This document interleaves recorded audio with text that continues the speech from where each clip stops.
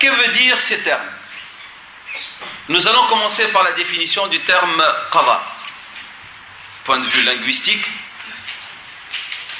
et puis nous définissons le terme qadar, et puis après on donnera la définition théologique combinée des deux, incha'Allah ta'ala.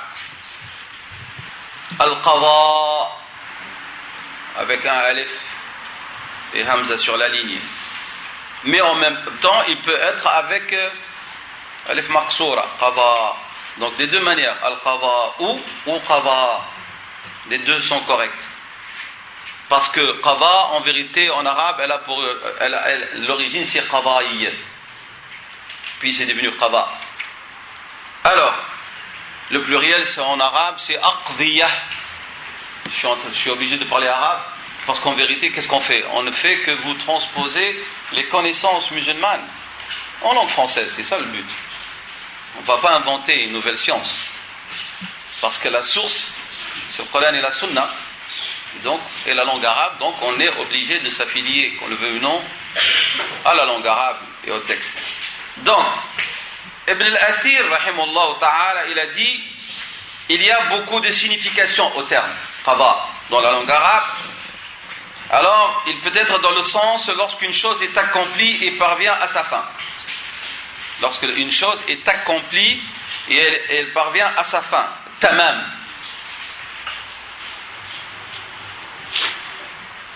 Donc, ça c'est un sens. Lorsqu'une chose est accomplie et parvient à sa fin. Deuxième signification, deuxième sens, toute chose conclue et raffermie dans son application. Toute chose conclue et raffermie dans son accomplissement. Autre sens, toute chose finie. Autre sens, acquittée. C'est-à-dire, addaytaha.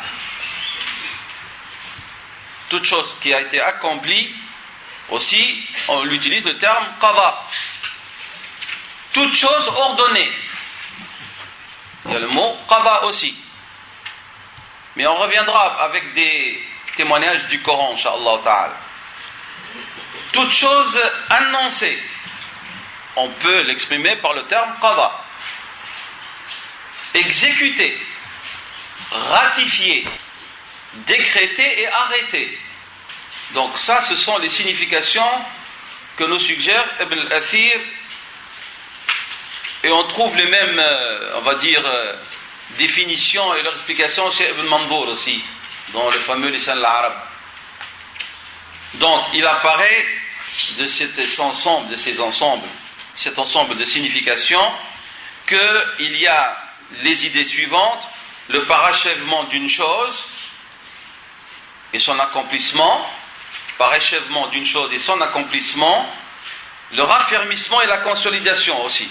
Donc voilà, ce sont les deux ensembles.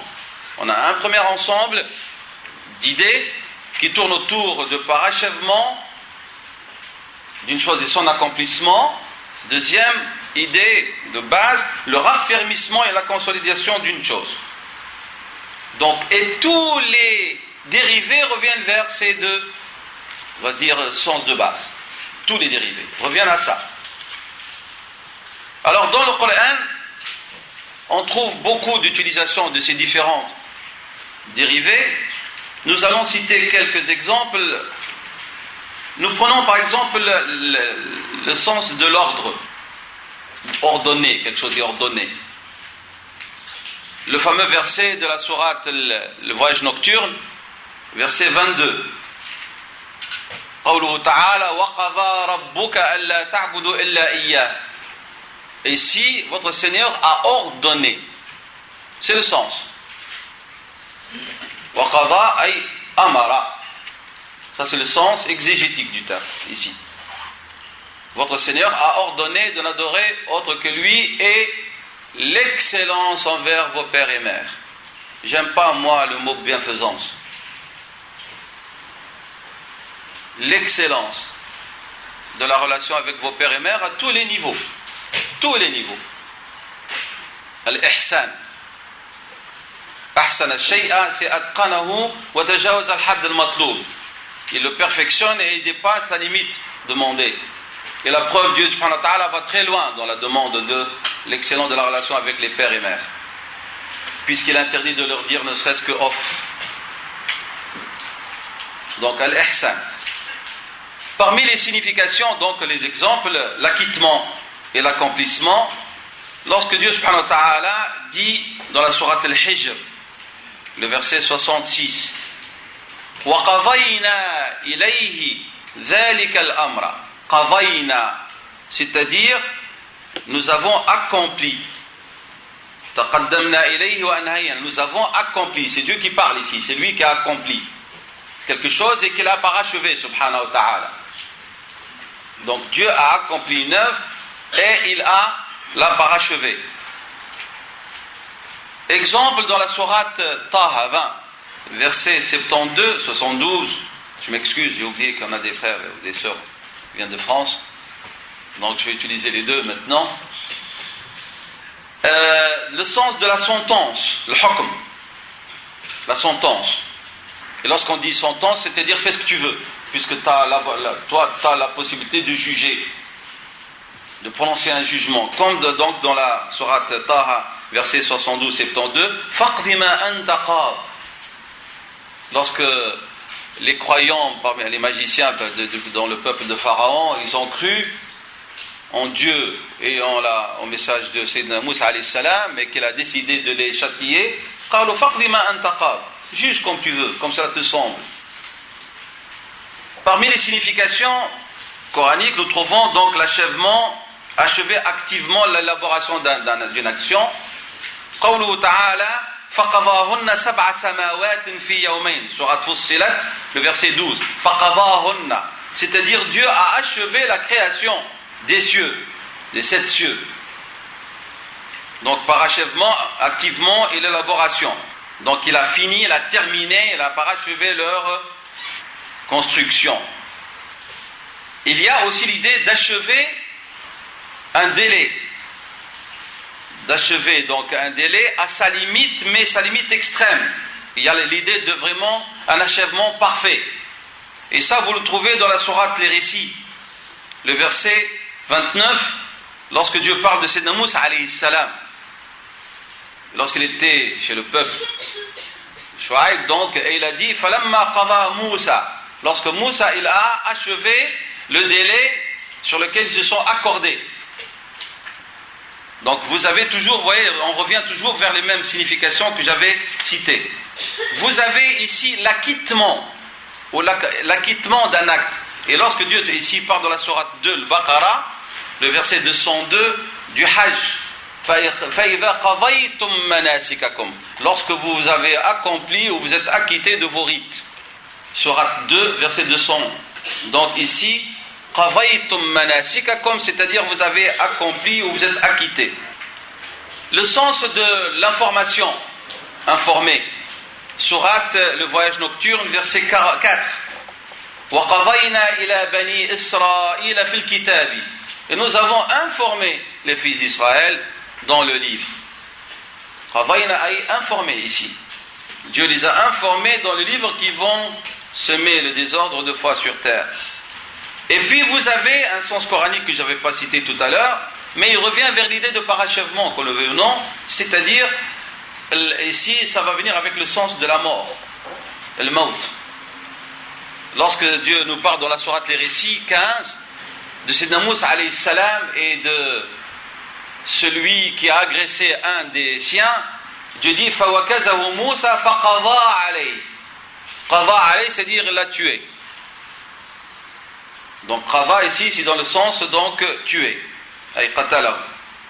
Voilà donc tous les sens que véhicule donc dans la langue arabe et dont on trouve des témoignages dans le Coran du terme al-qadha ou al-qadha avec alif maqsoura.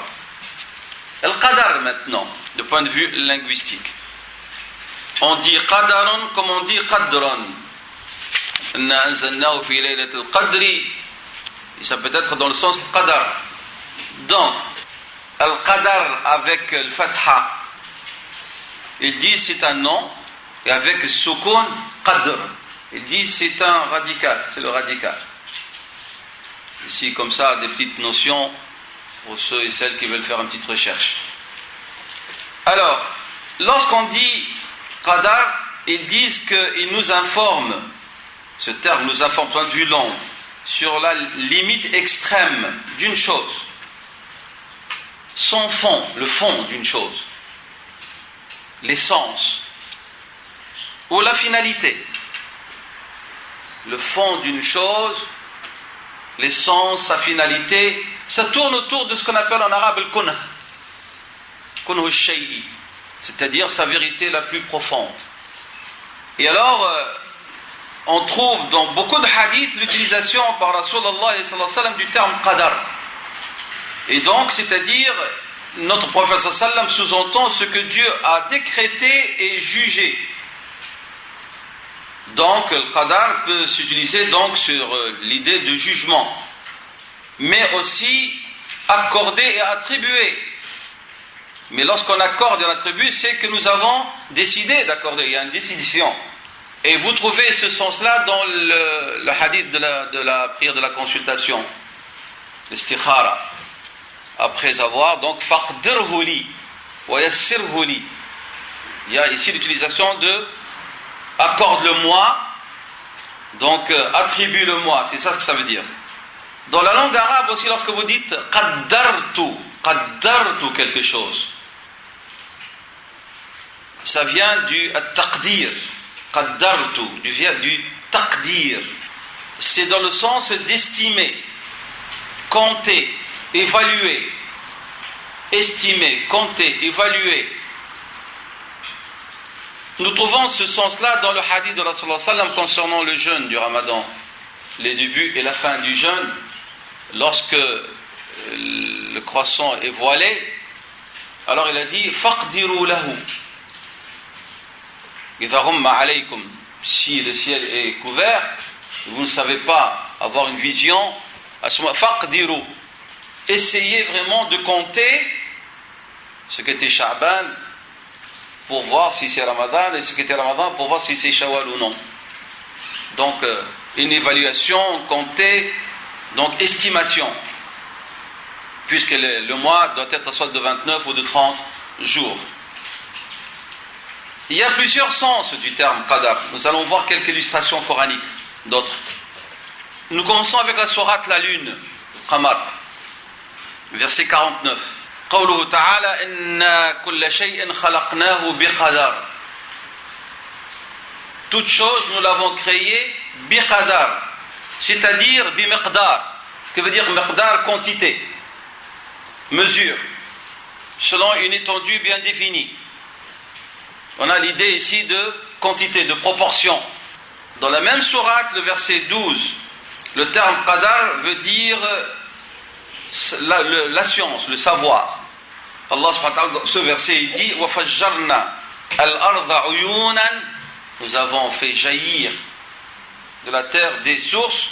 فَالْتَقَى الْمَاءُ عَلَى أَمْرٍ قَدْ قُدِرَ. Qudr, c'est-à-dire ce qui va se passer, c'est selon notre savoir, c'est su par nous, c'est-à-dire Allah subhanahu wa ta'ala savait ce qui va se passer, ce qui allait se passer. Ilmullahi qadim, nous avons dit, la science de Dieu est ancienne, elle est éternelle, dans le passé et dans l'avenir sans limite, la pérennité, comme les lettres de Dieu subhanahu wa ta'ala. Al-Qadar veut dire aussi la restriction, le fait de restreindre, de limiter. Restreindre et limiter. Pourquoi est-ce que je vous donne toutes ces définitions? Premièrement, pour vous montrer, voilà les différentes significations linguistiques. Deuxièmement, c'est un clin d'œil pour que lorsque vous lisez le Coran, vous ne le lisez pas d'une manière, excusez-moi, banale et superficielle, et que vous dites, ah, on a compris, le Qadar veut dire prédestiné, et alors vous allez passer tous les mots, tous les versets où vous trouvez Qadar, prédestiné. Alors que c'est faux, c'est pas comme ça que ça fonctionne. D'où la nécessité, pour ceux surtout qui veulent comprendre, d'avoir un livre d'exégèse, de tafsir. On ne lit pas le Coran comme ça. Comme on ne lit pas le Coran à travers une traduction. Puisque les traductions ne sont pas du Coran. C'est pas du Coran. Vous ne dites pas j'ai un Coran français. Ça n'existe pas le Coran français. Le Coran, unzila bilisan arabiyyin mubin. Le Coran, il est en arabe. Al-Qur'an bil Arabiyya, hada kalamullah.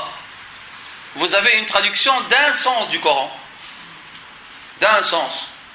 Mais vous n'avez pas le Coran. C'est clair? Et même le Coran, ça ne se dit pas. Vous dites Andi Mushaf, même pour le terme arabe. Le Coran, c'est ce qui est à l'intérieur. Kalamullah. Donc vous n'avez pas un Coran, vous avez un Mushaf. C'est le terme sur lequel sont accordés les compagnons de Rasul sallam pour désigner une copie du Coran. Vous ne dites pas un dictat, parce que c'est banal. Alors ils ont inventé le mot Mushaf pour désigner une copie. ولكن القرآن هو داخل ما بين دفتي المصحف. Ce qui est à l'intérieur, هذاك القرآن. قل هو الله أحد. هذا قرآن. ألف لام ميم ذلك الكتاب لا ريب فيه. هذا قرآن. Vous voyez, même dans l'utilisation, il faut être attentif. Donc, ici, donc, il y a l'idée de restreindre, de limiter. وهو قوله تعالى dans Surat Al-Fajr, l'aube, le verset 16. وأما إذا ما ابتلاه فقدر عليه رزقه. Dieu parle lorsqu'il donne à l'être humain avec largesse comme elle est sur laquelle est son attitude. قال ربي أهانني أكرمني. Dieu m'a honoré parce qu'il était généreux avec lui. Mais lorsque Dieu restreint son risque, il dit Dieu m'a humilié. Alors que ce n'est pas de l'humiliation, peut-être c'est, et assurément pour celui qui a la foi, c'est un geste de bonté de la part de Dieu. Lorsqu'il restreint, ce n'est pas forcément parce qu'il ne vous aime pas. Ça, on en parlera dans la troisième partie. Ça va? Donc ici, restreint de limiter. Alors vous avez le sens dans le Coran aussi, sur le discernement, le Furqan. Le verset 2, il y a l'idée d'établir ou produire, dans le sens de créer aussi. Lorsque Dieu dit subhanahu wa ta'ala wa khalaqa kulla shay'in faqaddarahu taqdira, ay ja'ala. Faqaddarahu taqdira. Qaddarahu ay il lui a assigné il l'a créé, il l'a produit selon des proportions. Il y a l'idée de créer, d'établir. Qaddara ici, c'est établir. Et puis taqdiran, c'est selon une quantité, une mesure ou des proportions. Donc ça, c'est donc tous les sens linguistiques des deux termes qada et qadar. La relation entre les deux est une relation incessante. On ne peut pas défaire dans cette question le qada ou le qadar. Ils fonctionnent ensemble. C'est comme si vous dites vous avez une construction. Et si vous enlevez l'une des parties, ça s'effondre. Ça, c'est la position des ulama Ahl-Sunnah. Ahl-Sunnah ici, c'est tous les sunnites. Hein. Je n'ai pas envie d'entrer dans des débats. C'est qui Ahl-Sunnah wal-Jama'a, ça c'est une autre histoire. Mais, malgré qu'ils disent qu'ils sont inséparables, et on ne peut pas, donc, parler de qada sans parler de qadar, on a une manière de les comprendre en vérité. Ibn Hajar, rahimahullah ta'ala, parmi ses ouvrages, si vous voulez, son commentaire sur Sahih al-Bukhari, Fath al-Bari, au sujet duquel les ulama ils ont dit Laysa ba'da al-Fathi Fath. Après Fath al-Bari, il ne peut pas y avoir un autre Fath. Et donc, Ibn Hajar, rahimahullah ta'ala, donc, et d'autres, ils disent Al-Qadha, c'est la sentence, si vous voulez, divine, globale, dans l'éternité. Concernant un sujet, Allah subhanahu wa ta'ala, il a décidé qu'il soit ainsi. Donc dans l'éternité d'une manière globale. Wal-Qadar, c'est sa sentence. Comment les choses auront lieu d'une manière concrète. Dans l'existence. Donc, si je dis ça d'une manière simple en arabe, j'essaie de vulgariser pour simplifier. Al-Qadha huwa hukm Allah subhanahu wa ta'ala fil azal ala al-kulliyat, comme les choses doivent être les universaux. Wal-Qadar huwa hukmuhu bi wuqu'i dhalika, hukm Allah ta'ala, comment cela va se réaliser fil juz'iyat. C'est pour ça qu'on a dit qu'on ne peut pas les dissocier, puisqu'ils sont en relation. Il y a une autre manière de voir la relation entre Qada et Qadar, proposée par d'autres savants. Ils disent Al-Qadar, c'est Al-Taqdir Rappelez-vous qu'on avait dit taqdir, c'est-à-dire le fait d'achever quelque chose, de l'accomplir. Wal qada, c'est comment il a détaillé cela, le détail. Nous avons un autre avis de Maturidiyya, que les Hanafites suivent beaucoup cette lecture théologique, parce que chez les sunnites, on a l'Ash'a'ira ou le Maturidiyya, deux courants théologiques qui se ressemblent avec des petites différences. Ils disent que Al-Qada, c'est la formation, ou Al-Qadar, c'est en rapport avec la science de Dieu éternel. Comment cette chose va se réaliser dans sa mesure et dans ses qualités définies. Je ne peux pas simplifier plus que ça. J'essaie vraiment de simplifier au maximum. Donc je répète, donc ils disent, donc Al-Qada, c'est donc Al-Khalq, la création, la formation. Et puis Al-Qadar, il est en rapport, cette notion Qadar, avec la science de Dieu éternel. Comment cette chose va être par la volonté de Dieu, bien sûr. Après, dans le concret, avec des particularités, des mesures, des quantités, des qualités définies. Et donc, vous voyez, en fin de compte, dans les deux cas, on parle de quoi? On parle d'Allah subhanahu wa ta'ala et de sa volonté et de sa capacité et de son action sur la création. Ça, c'est pour ce qui est donc de cette position. Une autre position, celle des Ash'a'ira, des Ash'arites, attribuée donc à l'école de Abu al-Hasan al-Ash'ari rahimahullah ta'ala. Ils disent Al-Qada, c'est la volonté de Dieu dans l'éternité concernant les choses, comment qu'elles doivent prendre existence. Je répète, c'est la volonté de Dieu dans l'éternité concernant les choses. Je répète, c'est la volonté de Dieu dans l'éternité concernant les choses, conformément à comment qu'elles vont prendre existence, conformément à la forme qu'elles vont prendre dans l'existence, que ces choses vont prendre lorsqu'elles auront existence. Tandis que le qadar, c'est que Dieu donne existence à ces choses selon des mesures définies pour chacune d'entre elles. Alors, puisque nous, ce qui nous interpelle, nous, ici, c'est l'homme, en vérité, et ses actions. C'est ça ce qu'on va parler. Le problème, c'est avec l'homme. Ça sous-entend quoi? Ça sous-entend, comme ça je lance d'avance, et après vous aurez alors, dans votre repos à faire réfléchir à ça. On va parler, est-ce que les actions de l'homme sont créées par Dieu ou non? Toutes les actions. Et donc, c'est-à-dire le bien et le mal. C'est ça. Selon des proportions. Donc, lorsqu'on analyse donc, les sens linguistiques, je rappelle, concernant le qada ou le qadar, donc nous avons l'idée de taqdir, le fait de donner forme, et en même temps définir dans des proportions. Il y a question de jugement, décret, et puis al-qada, c'est l'exécution, ce que Dieu a décrété, a arrêté, a parachevé. Il y a certains qui disent, on peut dire que le qadar est le premier ou le qada il est le second, dans la volonté de Dieu et l'exécution des choses. Il y a le qada le premier et le qadar le premier, puis al-qada. Voilà, si vous voulez, wallahu a'lam, donc les différentes significations. Donc l'essence, je répète, c'est le fait de trancher dans l'accomplissement d'une chose pour le qada. Je rappelle, le qada, c'est le fait de trancher dans l'accomplissement d'une chose, le fait de l'achever avec une bonne réalisation, le fait de l'achever avec une bonne réalisation. Al-qadar, c'est le fait de déterminer les choses, leur fixer des proportions, mesures, qualités, les avoir préconisées selon une certaine dimension, etc.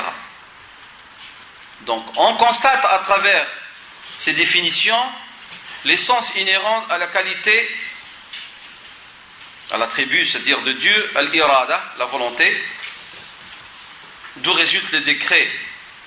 Donc, c'est l'idée, ce qui nous interpelle ici, c'est donc sifat al-irada, cette volonté d'Allah subhanahu wa ta'ala et donc son vouloir.